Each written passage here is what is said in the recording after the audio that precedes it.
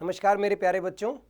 Delhi police सिपाही की तैयारी करने वाले सभी बच्चों के लिए एक बार फिर से हमारे ऑनलाइन प्लेटफॉर्म सिग्मा गुरुकुल पर आप सभी का स्वागत है। मैं मोहित कुमार बच्चों हर रोज़ आपको एक पेपर सॉल्व करवाता हूं। तो रोज़ की तरह एक बार फिर हम लोग हाजिर हैं एक नया शिफ्ट, एक नए 15 क्वेश्चन लेके आपके सामने। जैसा कि मैंने आपको बताया था कि पहले हम आपको दिल्ली पुलिस के 2020 में जितने भी पेपर हुए थे वो सारे सॉल्व कराएंगे और उसके बाद हम आपको कुछ मॉक पेपर भी सॉल्व करवाएंगे। तो बच्चों आज हम लोग दिल्ली पुलिस का तीसरा पेपर सॉल्व करने जा रहे हैं और आप उम्मीद है कि आप लोग बड़े अच्छे से अपनी तैयारी कर रहे होंगे। जैसे जैसे मैं आगे बढ़ता जाऊंगा तो बच्चों मैं कोशिश करूंगा कि क्वेश्चन थोड़ा सा जल्दी जल्दी निकालें, क्योंकि पेपर में भी आपको ये 15 क्वेश्चन 15 से 20 मिनट के अंदर ख़त्म करने हैं। तो आज हम थोड़ी सी अपनी स्पीड को बढ़ाएंगे और ऐसे ही धीरे धीरे जब तक आपका एग्ज़ाम नज़दीक आएगा तो हम क्वेश्चंस को बिल्कुल कम से कम कैलकुलेशन के साथ सॉल्व करेंगे। ठीक है, चलिए तो आज हम अपना एक और पेपर स्टार्ट करते हैं। आ जाइए। देखिए भाई, और बच्चों आप ध्यान रखना, ऐसे ही क्वेश्चन या फिर घुमा फिरा कर सिर्फ वैल्यूज बदलती हैं, क्वेश्चन वही रिपीट होते हैं। तो अगर आप इन सारे क्वेश्चंस को भी अच्छे से कर लोगे तो मुझे उम्मीद है कि 15 में से 10-11 क्वेश्चन तो आपको रिपीट मिलने वाले हैं। तो इसलिए इन क्वेश्चंस को बहुत ध्यान से कीजिए, ये आपकी तैयारी में लास्ट में रिवीजन का काम करेगा। ठीक है, चलिए तो पहला क्वेश्चन देखते हैं।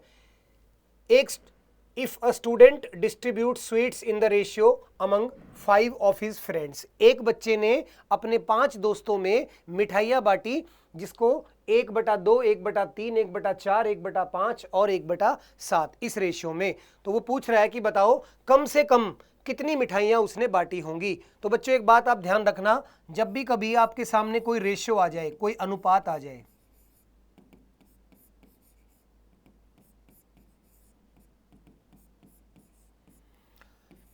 तो नीचे वालों का जो एलसीएम होता है वही होता है मिनिमम नंबर ऑफ स्वीट्स, यानी कि कम से कम मिठाई, मिनिमम नंबर ऑफ स्वीट्स।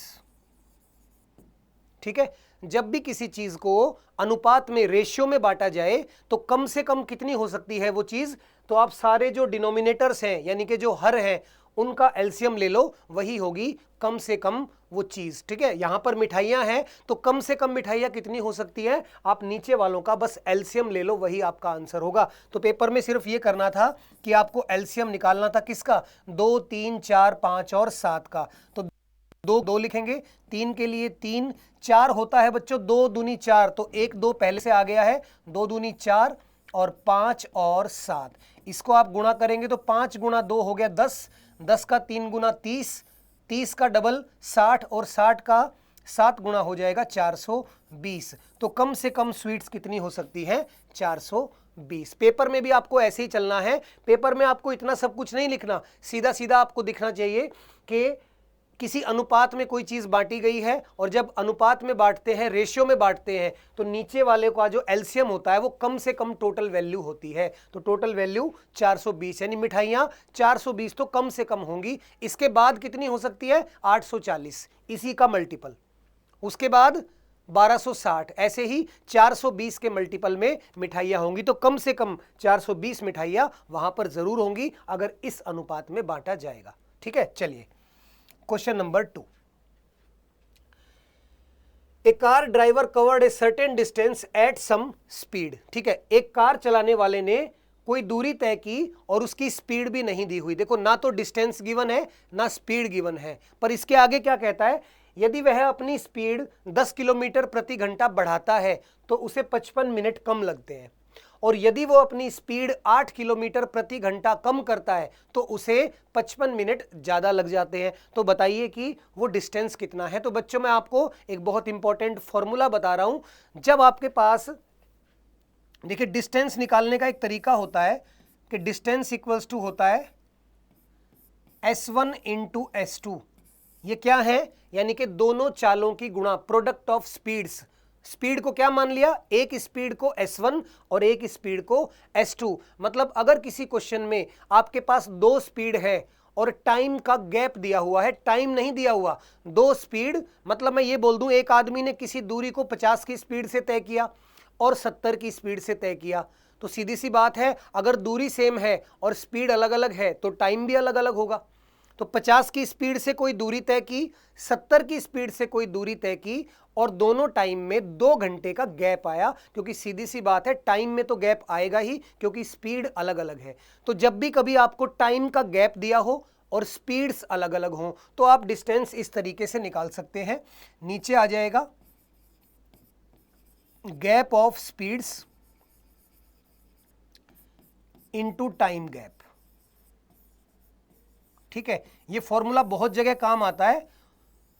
हर वो क्वेश्चन जिसमें आपको 2 स्पीड गिवन हो और टाइम नहीं, टाइम का अंतर, टाइम का गैप दिया हुआ हो, तो वहां पर आप ये तरीका लगा सकते हैं। अब इस क्वेश्चन में देखना, दूरी नहीं मालूम और स्पीड भी नहीं मालूम। स्पीड को मान लेते हैं s, तो जब उसने अपनी स्पीड को 10 बढ़ा दिया तो 2 स्पीड हो गई ना। एक तो उसकी ओरिजिनल स्पीड हो गई s और उसने स्पीड को 10 बढ़ाया भी है तो 2 स्पीड हो गई s और s प्लस 10, तो दोनों स्पीड की गुणा कर दी और इन दोनों में अंतर गैप कितना हो जाएगा, 10 का ही गैप होगा। और कितने मिनट कम लगते हैं उसको, 55 मिनट कम लगते हैं। ठीक है, ये एक इक्वेशन आ गई, लेकिन यहां पर अभी d भी गायब है और s भी गायब है, तो हमें एक और इंफॉर्मेशन दे रखी है। तो दोबारा से उसी डिस्टेंस को कवर करने के लिए अगर वो अपनी स्पीड को 8 किलोमीटर प्रति घंटा कम कर देता है तो यहां पर 8 का गैप होगा तो उसे 55 मिनट ज्यादा लगते हैं। अब ध्यान देना, लेफ्ट हैंड साइड बराबर है तो हम इन दोनों को बराबर रख सकते हैं। जब आप बराबर रखेंगे तो ये आ जाएगा s into S plus 10 divided by 10 multiply by 55, ये बराबर हो जाएगा किसके, s into S minus 8 upon 8 into 55। अब देखिए बच्चों, 55 से 55 कैंसिल हो गया, s से s कैंसिल हो गया और 2 से ये कैंसिल हो गया, 4 और 5, तो हमारे पास केवल क्या बचा, s plus 10 upon 5 equals to s minus 8 upon 4। Cross multiply करेंगे तो 4s plus 40 equals to 5s minus 40, तो माइनस 40 प्लस 40 ये आपका s कितना आ जाएगा, 80 किलोमीटर पर आवर। लेकिन हमसे स्पीड नहीं पूछी, हमसे क्या पूछा है, डिस्टेंस। दोबारा समझिए, जब आपको किसी क्वेश्चन में टाइम ना देकर टाइम का गैप दिया हुआ हो तो आप डिस्टेंस इस तरीके से निकाल सकते हैं, दोनों स्पीड की गुणा, दोनों स्पीड का गैप और इनटू में टाइम का गैप। तो हमें क्या बोला कि एक दूरी को किसी स्पीड से तय किया और अगर स्पीड को 10 बढ़ा दे तो 2 स्पीड हो गई, एक उसकी ओरिजिनल स्पीड और एक उसने जो स्पीड बढ़ाई है, 2 स्पीड और इसका गैप हो गया 10 और 55 मिनट का कम समय लगता है। तो समय कम हो या ज़्यादा वो समय गैप ही होगा, टाइम का गैप ही होगा। इसी तरह से जब वही दूरी को स्पीड कम कर दी 8 तो कितनी देर लगी, 55 मिनट ज़्यादा लगे। तो 55 मिनट दोनों जगह इतना ही गैप आ रहा है, उन दोनों को हमने बराबर रख दिया और क्या निकाल ली, स्पीड। लेकिन हमसे पूछा क्या गया है, डिस्टेंस, तो अब डिस्टेंस हम बड़े आराम से निकाल सकते हैं। ओरिजिनल स्पीड आ गई 80, अगर 10 बढ़ा देगा तो 90 हो जाएगी, डिवाइडेड बाय 10 इंटू 55। अब मिनट है, मिनट को घंटे में बदल लेंगे तो ये आपका आंसर आ जाएगा। देखिए 0 से 0 कैंसिल हो गया, उसके बाद ये 0 से ये 0 कैंसिल हो गया और 3 से कैंसिल हो जाएगा, 3 दूनी 6, 3 तिये 9 और 2 से ये कैंसिल हो जाएगा, तो 4 तिये 12 इंटू 55, तो आपका आंसर क्या आ जाएगा, 660। ठीक है, तो अच्छा क्वेश्चन है। एक ही सवाल में 2 इक्वेशन बनी, एक जब अपनी स्पीड को बढ़ा दे कोई आदमी और एक जब वो अपनी स्पीड को कम कर दे। तो जब स्पीड बढ़ाएगा तो ये इक्वेशन बनेगी, जब स्पीड कम करेगा तो ये बनेगी। दोनों को बराबर रख दोगे तो ओरिजिनल स्पीड आ जाएगी और ओरिजिनल स्पीड आने के बाद स्पीड को किसी में भी रख दो तो आपका डिस्टेंस आ जाएगा। ठीक है, चलिए, अच्छा क्वेश्चन था, इसको ध्यान से देखना और बार बार प्रैक्टिस करना।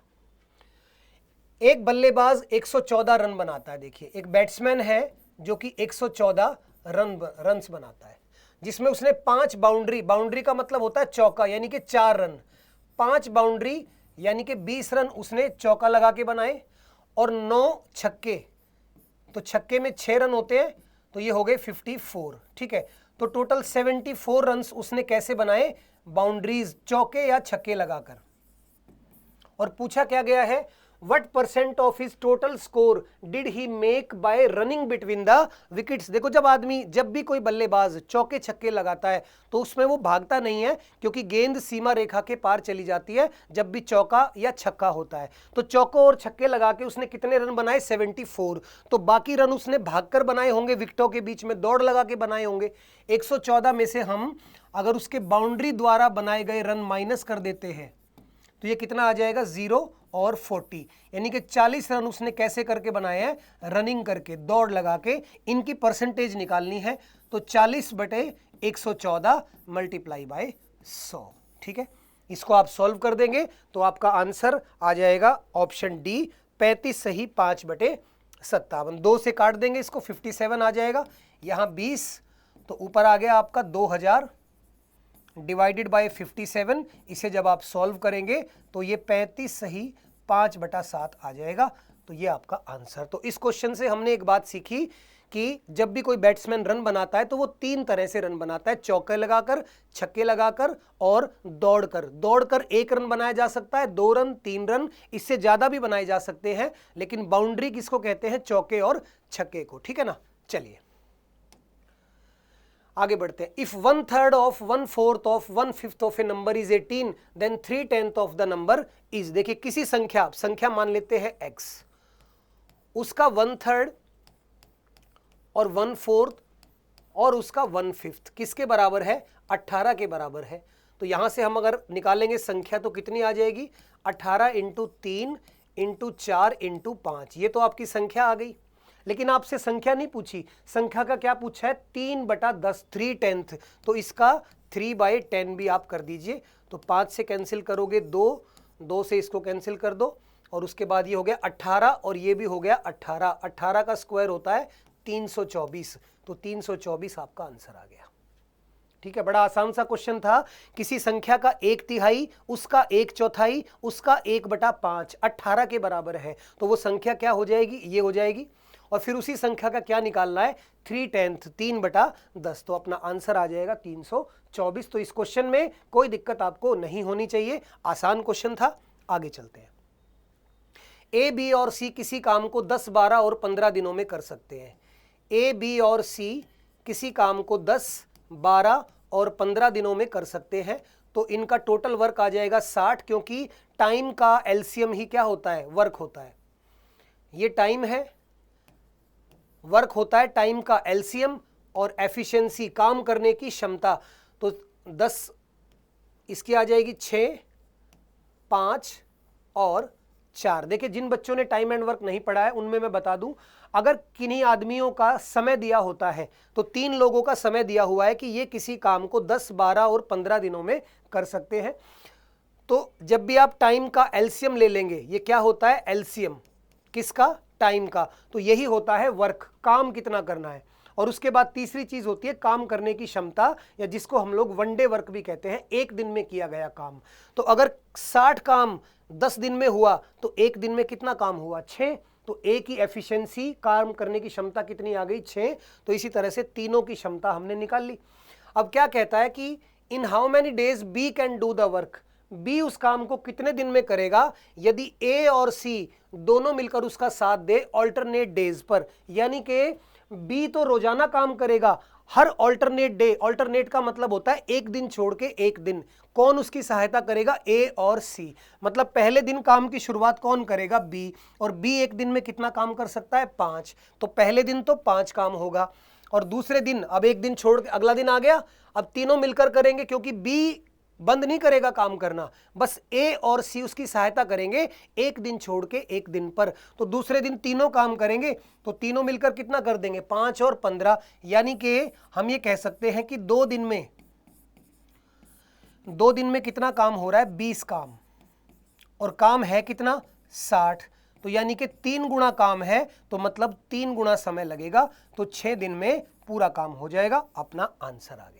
बड़ा आसान सा क्वेश्चन था। ठीक है, बी काम की शुरुआत करेगा, अगले दिन ए और सी दोनों उसकी सहायता करेंगे। तो पहले दिन काम होगा 5 और दूसरे दिन काम होगा 15। तो 2 दिन में 20 काम हो गया, और काम कितना है, 60 है। तो 20 काम से 60 काम, यानी कि 3 गुना काम, तो 3 गुना समय लगेगा। तो अपना आंसर आ जाएगा 6 दिन। चलिए नेक्स्ट क्वेश्चन।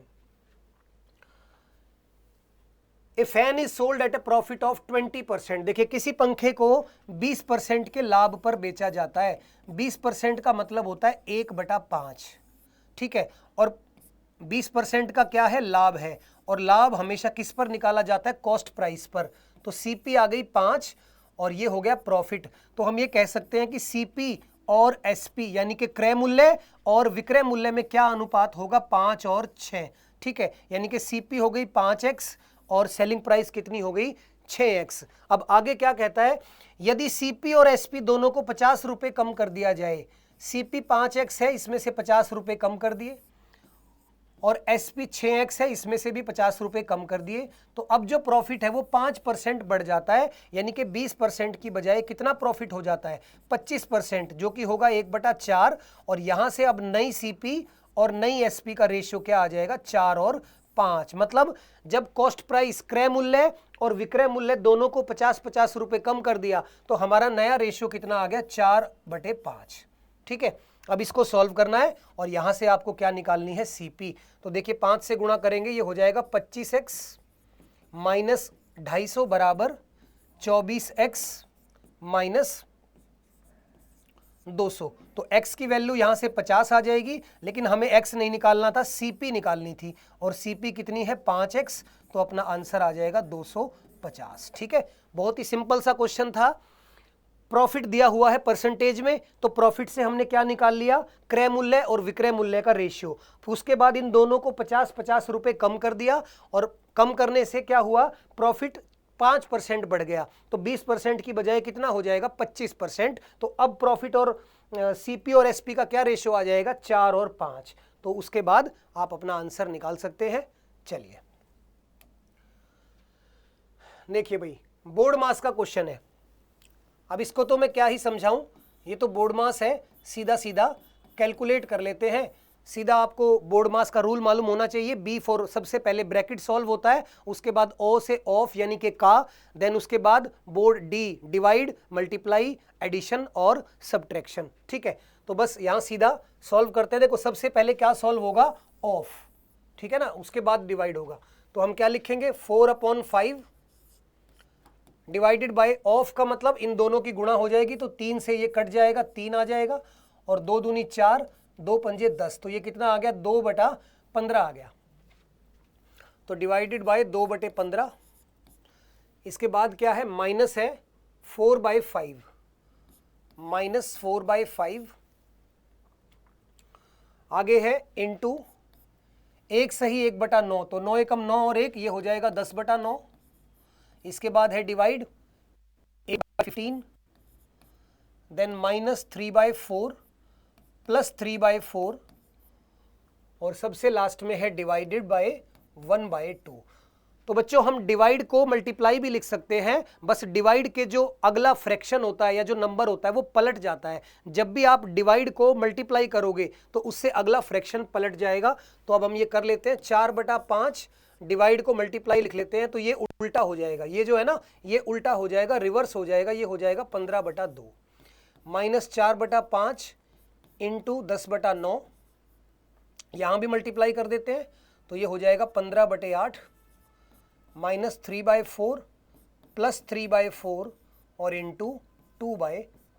तो मल्टीप्लाई का साइन है, माइनस का साइन है, प्लस का साइन है। तो पहले मल्टीप्लाई को सॉल्व करेंगे। तो देखिए ये 2 से कट जाएगा, 2 आ गया, ये 5 से कट जाएगा, 3 आ गया, तो 2 गुणा 3 ये हो गया 6। और यहाँ से इसको सॉल्व करेंगे, ये तीनों देखो 5 से ये कट गया, 3 आ गया, 3 से ये कैंसिल हो गया, यहाँ 3 आ गया, 4 से ये कैंसिल हो गया 2, और 2 से इसको कैंसिल कर देंगे 5। तो ये आ गया 6 माइनस 5/3 माइनस 3/4, और प्लस क्या आएगा, 2 दूनी 4, 3/2, ठीक है। तो यहाँ से अपना एलसीएम क्या आ जाएगा, 4, ये 12 एलसीएम आ जाएगा। तो 12 इंटू 6 72, माइनस 5 गुणा 4 20, 4 तिये 12 तो 9, और 2 गुणा 6 तो 3 गुणा 6 18। तो 72 और 18 हो गया 90, और 90 में से 29 माइनस करेंगे तो ये आ जाएगा 61/12, यानी कि ऑप्शन सी आपका आंसर हो जाएगा। तो बच्चों ये तो एक बड़ा बेसिक जनरल मैथमेटिक्स है, बोर्ड मास का नियम। आप बोर्ड मास को फॉलो करें, शायद एक क्वेश्चन आपको प्लस माइनस मल्टीप्लाई डिवाइड पे भी मिल सकता है। चलिए अगले क्वेश्चन पर आते हैं। फॉर अ रेक्टेंगुलर बॉक्स, एक रेक्टेंगुलर बॉक्स है, देखिए ये रेक्टेंगुलर बॉक्स होता है आयताकार डब्बा, ये होता है रेक्टेंगुलर यानी कि आयताकार डब्बा, जिसमें ये आपकी लंबाई है, ये चौड़ाई है और ये ऊंचाई है। एक बिंदु ए से मिलने वाले तीन आसन्न फलकों, एडजेसेंट फेसिस, आसन्न फलक या एडजेसेंट फेसिस कौन से होते हैं? जैसे मान लीजिए ये ए बिंदु है, तो यहां पर तीन, देखिए एक तो ये नीचे वाला, एक ये सामने वाला, दो, ठीक है, ये सामने वाला, और एक ये साइड वाला, तीन, ये होते हैं एडजेसेंट फेसिस। तो इनका क्या बताना, क्षेत्रफल। तो नीचे वाले का क्या होगा, L इंटू बी, प्लस सामने वाले का हो जाएगा L इंटू एच, और प्लस ये जो साइड वाला है इधर वाला, इसका एरिया आ जाएगा B इंटू एच। ये आपका आंसर आ जाएगा LB BH HL। तो यानी कि ऑप्शन 3 हमारा आंसर हो जाएगा। रेक्टेंगुलर बॉक्स में, रेक्टेंगुलर बॉक्स क्या होता है, क्यूबॉइड, घनाभ, और घनाभ में तीन एडजेसेंट फेसिस का एरिया क्या होता है, ये होता है, क्योंकि जब हम पूरे घनाभ का निकालते हैं तो इसी का डबल होता है, क्योंकि तीन फेस इधर हैं और तीन फेस उसके सामने होते हैं। तो तीन फेसिस का बताना था, तीन फलकों का एरिया यही होगा, length into breadth, breadth into height और हाइट इंटू लेंथ, क्योंकि एक नीचे वाला, एक सामने वाला और एक साइड वाला, इन तीनों का एरिया हमें निकालना था। चलिए नेक्स्ट क्वेश्चन। 8,000 रुपए पर 6 साल के लिए 12 पैसे पर रुपी। देखिए 12 पैसे पर रुपी का मतलब क्या हुआ, 12%। तो बहुत आसान सा क्वेश्चन है, साधारण ब्याज निकालना है। 8,000 रुपए 6 साल के लिए 12% पर दिए गए, यही आपका ब्याज होगा। 0 से 0 कैंसिल हो गई, 8 गुना 6 ये हो गया 480 इंटू 12। तो 48 की 12 से गुणा करेंगे, ये हो जाएगा 480 दूनी 576 और 0 5,760। तो ये सिंपल क्वेश्चन था, साधारण ब्याज SI निकालना था, और SI क्या होता है, प्रिंसिपल गुणा रेट गुणा टाइम बटा 100, यानी कि मूल धनराशि गुणा ब्याज की दर गुणा समय बटे 100। तो प्रिंसिपल भी मालूम था हमें, रेट था 12% और टाइम था 6 साल। आपका आंसर आ जाएगा 5,760। चलिए नेक्स्ट क्वेश्चन। किसी परीक्षा में राधा ने 20% मार्क्स लिए और वो 10 नंबर से फेल हो गई। देखिए मान लीजिए किसी परीक्षा में ये आपकी पास की लाइन है, तो राधा पीछे रह गई, कितनी, 20% नंबर लेके आई और फिर भी 10 नंबर से फेल हो गई, पास तक नहीं पहुंच पाई। और दूसरी लड़की है सीता, जिसके नंबर आए 30% और वो पास से 20 नंबर आगे निकल गई। अब ध्यान देना, मान लीजिए कि मैं पास की लाइन हूं, एक बच्चा मेरे से 10 नंबर पीछे रह गया और एक बच्चा मेरे से 20 नंबर आगे निकल गया। तो 10 नंबर पीछे और 20 नंबर आगे, तो टोटल हम दोनों के बीच में गैप कितना हो गया, 30 नंबर का। भाई मान लीजिए मैं यहां खड़ा हूं, एक आदमी मेरे से इस साइड खड़ा है 10 किलोमीटर दूर और दूसरा आदमी इस तरफ खड़ा है 20 किलोमीटर दूर। तो इन दोनों आदमियों में कितना फासला हो गया, 30 किलोमीटर का। ऐसे ही इन दोनों में कितना फासला हो गया, 30 नंबर का। और वो परसेंटेज में कितना है, 10%। यानी कि क्वेश्चन में चिल्ला चिल्ला कर लिखा गया है कि 10% की वैल्यू क्या है, 30 है। और अगर 10% 30 के बराबर है तो टोटल नंबर कितने होते हैं, 100%। तो 10% अगर 30 के बराबर है तो 10 का 10 गुना, 30 का भी 10 गुना हो जाएगा, यानी कि 300 हो गए हमारे टोटल मार्क्स। यही अपना आंसर था। तो बच्चों वाला सवाल था, बिना कुछ लिखे भी आप ये क्वेश्चन निकाल सकते थे।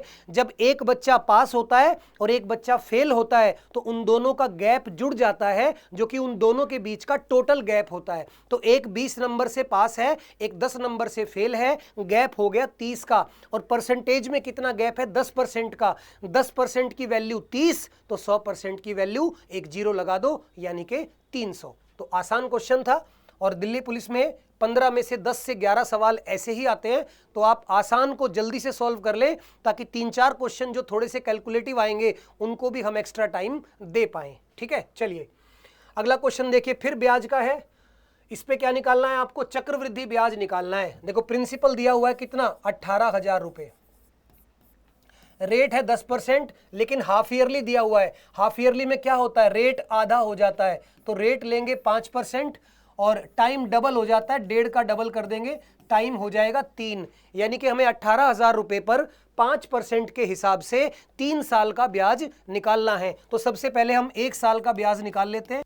18,000 का 5% आ जाएगा बच्चों 900, ये हो गया पहले साल का ब्याज। फिर दूसरे साल का चक्रवृद्धि ब्याज CI कैसे निकालते हैं, ये 900 तो आपको मिलता ही है और साथ में इस पे, इसी को कहते हैं ब्याज पे ब्याज। 900 का 5% आ जाएगा 45, ठीक है, ये हो गया दूसरे साल का। फिर तीसरे साल क्या होगा, दोबारा से ये 900 आपको मिलेगा, इस 45 का हो जाएगा डबल यानी कि 90, क्योंकि डबल क्यों हुआ, अब 900 और 900 हो गया है 1800, 1800 का 5% यहां लिखा जाता है, तो 90 आ गया। और उसके बाद इस पे भी ब्याज मिलेगा 5%, तो 45 का 5% ये आ जाएगा 2.25। अब ये सारा ब्याज आप जोड़ेंगे तो ये आ जाएगा 2837 रुपये 25 पैसे। लेकिन हमसे CI नहीं पूछा गया, अमाउंट पूछा गया है, और अमाउंट क्या होता है, अमाउंट होता है प्रिंसिपल प्लस इंटरेस्ट। तो प्रिंसिपल था 18,000, इंटरेस्ट आया था 2837 रुपये 25 पैसे, इसको जोड़ेंगे तो आपका आंसर आ जाएगा 20,837 रुपये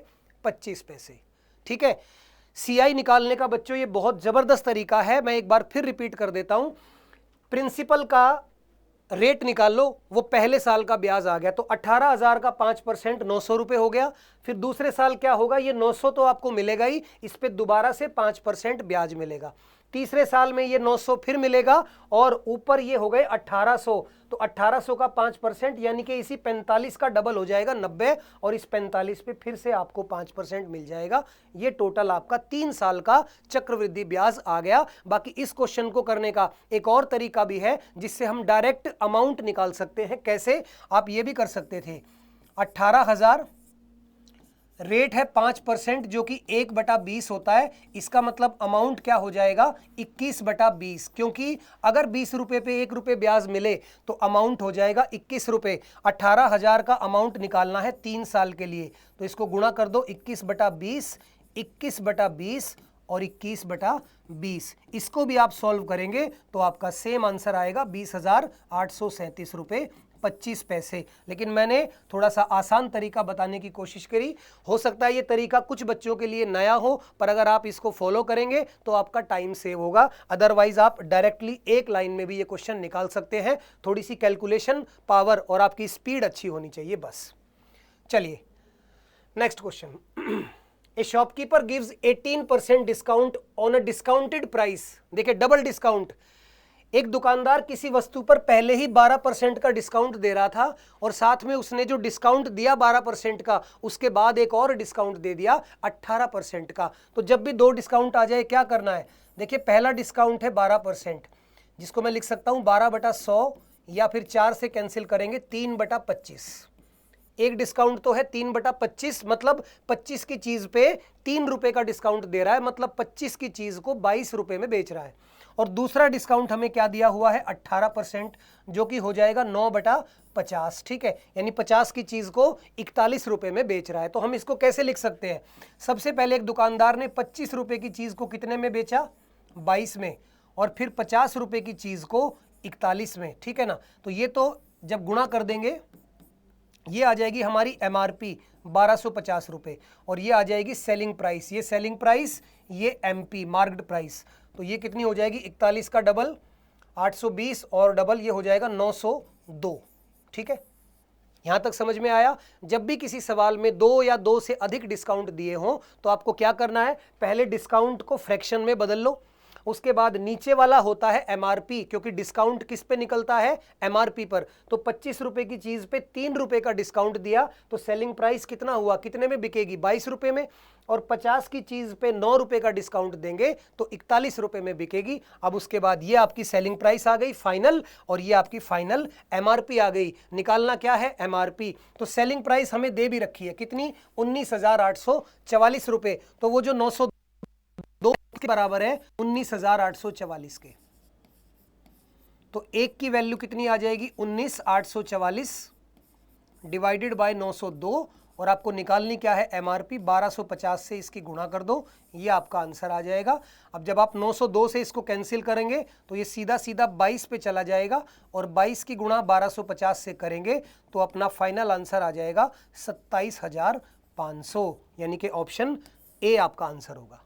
ठीक है, तो ये बहुत अच्छा तरीका है डिस्काउंट के क्वेश्चन को आसान तरीके से सॉल्व करने का। डिस्काउंट को पहले फ्रैक्शन में लिखो, उसके बाद नीचे वाला एमआरपी होता है, इसमें से डिस्काउंट माइनस कर दो तो सेलिंग प्राइस आ गया। ये हो गया आपका फाइनल सेलिंग प्राइस और ये आपका फाइनल मार्क्ड प्राइस। इसकी वैल्यू हमें गिवन थी तो इसकी वैल्यू हमने यूनिटरी मेथड इकाई विधि से निकाल ली। ठीक है, चलिए आगे बढ़ते हैं।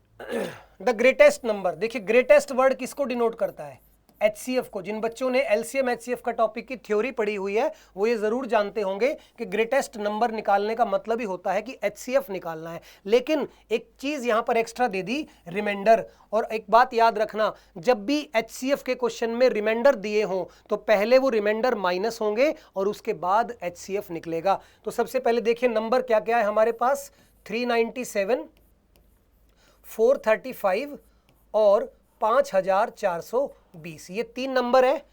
अब इन तीनों को किसी बड़े से बड़े नंबर से डिवाइड किया और रिमाइंडर क्या बचा, 6, 10 और 14। तो जब भी HCF के क्वेश्चन में आपको रिमाइंडर शेष फल दे रखा हो तो पहले शेष फल को घटा लेना, तो -6, -10 और -14। ठीक है, तो ये आ गया कितना, 391, 425 और 5406। अब आपको इन तीनों का क्या निकालना पड़ेगा, HCF, और वही आपका आंसर होगा। ठीक है, HCF के क्वेश्चन में रिमाइंडर शेषफल दे रखा हो तो पहले रिमाइंडर माइनस करो और उसके बाद जो नंबर आएगा उनका HCF ही आपका आंसर होगा। अब यहां पे बच्चा बोलेगा सर बड़े बड़े नंबर आ गए, क्या HCF निकालने का कोई आसान तरीका है? तो बिल्कुल है HCF निकालने का आसान तरीका। आप किन्हीं भी 2 नंबर जिनके बीच में गैप सबसे कम है, HCF निकालने का अद्भुत तरीका।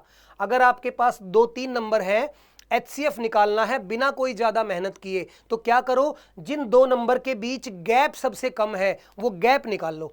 तो 425 और 391, देखिए कितना गैप दिखाई दे रहा है, 34। तो या तो 34 आपका HCF होगा या फिर 34 का कोई फैक्टर। अब 34 के फैक्टर क्या होंगे, 2 और 17। अब देखिए 34 से ये वाला डिवाइड नहीं होता तो 34 आपका HCF नहीं होगा।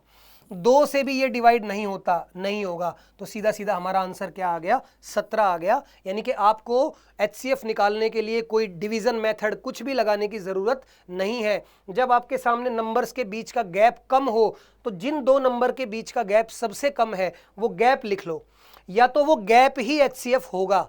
पता कैसे चलेगा, 34 से इसको भाग करके देखो, ये भाग नहीं होगा। फिर 34 के हमने टुकड़े किए 2 और 17। अब 2 के टेबल में तो ये वैसे ही नहीं आएगा क्योंकि ऑड नंबर है, विषम संख्या। तो अब बचा कौन, 17। 17 से ये डिवाइड हो जाएगा, ये भी हो जाएगा और ये भी हो जाएगा। ठीक है, चलिए तो अपना आंसर आ जाएगा 17। नेक्स्ट, एक रेक्टेंगुलर शीट को 2 हिस्सों में मोड़ा गया। पहले जब मोड़ा तो पेरीमीटर आया 36 और दोबारा मोड़ा तो पेरीमीटर आया 45। देखिए क्या किया है एग्जामिनर ने, ये क्वेश्चन थोड़ा सा मुश्किल नहीं है, थोड़ी सी लैंग्वेज बस इसकी समझनी है। जब इस रेक्टेंगुलर शीट को आप मोड़ेंगे बच्चों तो ये कुछ ऐसी दिखेगी। ठीक है ना, जब इसको फोल्ड करेंगे तो एक बार तो ब्रेड्थ की साइड से मोड़ा गया है और एक बार लेंथ की साइड से मोड़ा गया है। तो जब ऐसे मोड़ेंगे तो ये कुछ ऐसी दिखेगी, ऐसी। ठीक है ना, अब ध्यान देना, जब इसको मोड़ेंगे तो पेरीमीटर क्या होता है, twice of length plus breadth. अब ब्रेड्थ तो सेम है, लेंथ आधी हो गई, यानी कि वो पेरीमीटर किसके बराबर होगा, ट्वाइस ऑफ क्या आधी हुई है, लेंथ। तो L/2 प्लस B, ठीक है, इक्वल्स टू कितना, 36।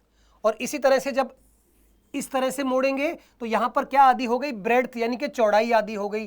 तो इसमें क्या होगा, ट्वाइस ऑफ L + 2B और इक्वल टू 45। ठीक है, बस ये सिंपल सा काम करना था। अब इन दोनों को सॉल्व करेंगे तो यहां से आपकी जो लेंथ आएगी वो 18 आ जाएगी और जो ब्रेड्थ आएगी वो 9 आ जाएगी। देखिए दोनों सिंपल सी दो इक्वेशन है, लीनियर इक्वेशन, और मुझे उम्मीद है कि इसको आप सॉल्व कर लेंगे। नहीं कर पाएंगे तो मुझे बताएंगे, मैं सॉल्व करवा दूंगा। लेकिन ये बड़ी आसान सी इक्वेशन है, बड़े आराम से 5वीं 6ठी क्लास का बच्चा भी इसको सॉल्व कर लेता है। इसीलिए मैंने सॉल्यूशन पे ध्यान नहीं दिया, प्रोसेस पे ध्यान दिया, ठीक है ना। ये दो इक्वेशन बन गई, उसके बाद आपकी ये लंबाई और चौड़ाई आ जाएगी। एरिया आपसे पूछा हुआ है, गुणा कर दो तो 162 मीटर स्क्वायर आपका आंसर होगा।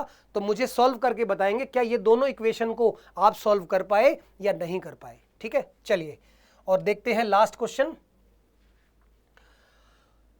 एक परिवार में दादा दादी, माता पिता और 2 पोते पोतियां हैं, यानी कि शुरू से लेके आखिर तक पूरे परिवार को शामिल किया गया है। दादा दादी की औसत उम्र कितनी है? 69। 2 लोगों की एवरेज 69 है, तो उनकी टोटल उम्र क्या हो जाएगी? 138, डबल कर देंगे। उसके बाद जो माता पिता है उनकी एवरेज कितनी है? 39, तो इसको भी डबल कर देंगे। 39 का डबल कितना हो जाएगा? 78। और जो पोते पोतियां हैं उनकी एवरेज उम्र है 9 साल, तो 2 लोगों का एवरेज अगर 9 है तो उनका टोटल हो जाएगा 18। इसे ऐड करेंगे तो ये आ जाएगा 234। अब कहता है पूरे परिवार की एवरेज क्या होगी? Average of family. तो पूरी की एवरेज निकालेंगे तो सारे के सारे जुड़ जाएंगे, यानी कि टोटल एज सबकी कितनी हो गई? 234।